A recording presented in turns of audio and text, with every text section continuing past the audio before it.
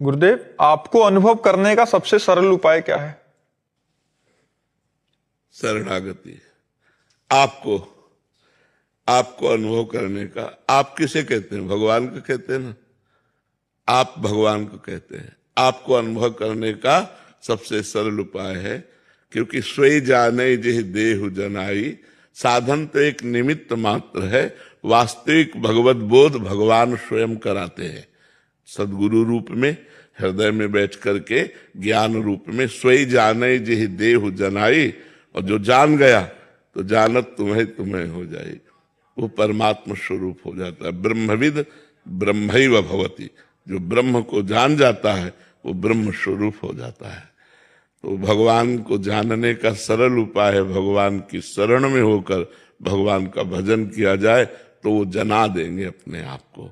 हम साधन के द्वारा तो नहीं जान सकते, पर वो हमको जना देंगे, ये पक्की बात है जी। महाराज जी, वही हम टीवी में आपका एक बार देखे थे, न्यूज में आपकी तबीयत का महाराज जी, तो बहुत हम विचलित हो गए थे। हाँ, कभी कभी देखा महाराज जी पद यात्रा महाराज जी के यहाँ आप जा रहे थे जी, तो देख के आत्मा बहुत जी। हाँ, कभी कभी तन जो है ना, ये किडनी रोग से ग्रसित है, तो ये कभी कभी ज्यादा परेशान करने लगता है, डाउन हो जाता है, पर चलता है भगवान की कृपा से, सब ठीक चल रहा है। और देखो, ये ठीक हो कि ना ठीक हो, अगर मन भगवान में लगा है तो सब ठीक है। बहुत स्वस्थ शरीर है और मन विषयों में लगा है, तो कल्प तक जीवे तो क्या फायदा, और 2 दिन जीवे और भगवान के चिंतन में जीवे तो वही जीवन जीवन है, नहीं तो और जीवन मृत जीवन है। जिन हरि भगति हृदय नहीं आनी, जीवित सब समान त्रिप्राणी। जिसके हृदय में भगवान की भक्ति नहीं है वो जिंदा मुर्दे के समान अपवित्र है।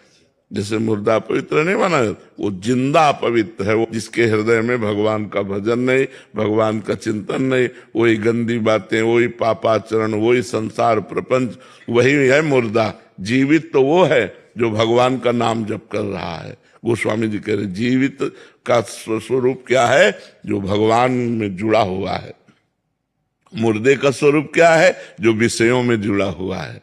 मरा हुआ व्यक्ति वो है जो विषयों का भोग करके अपने को सुखी मान रहा है, और जीवन उसी का धन्य है जिसने अपने जीवन को भगवान से जोड़ दिया, भगवान के नाम रूप लीला धाम से जोड़ दिया। वो धन्य धन्य हो गया, वो कृतकृत्य हो गया।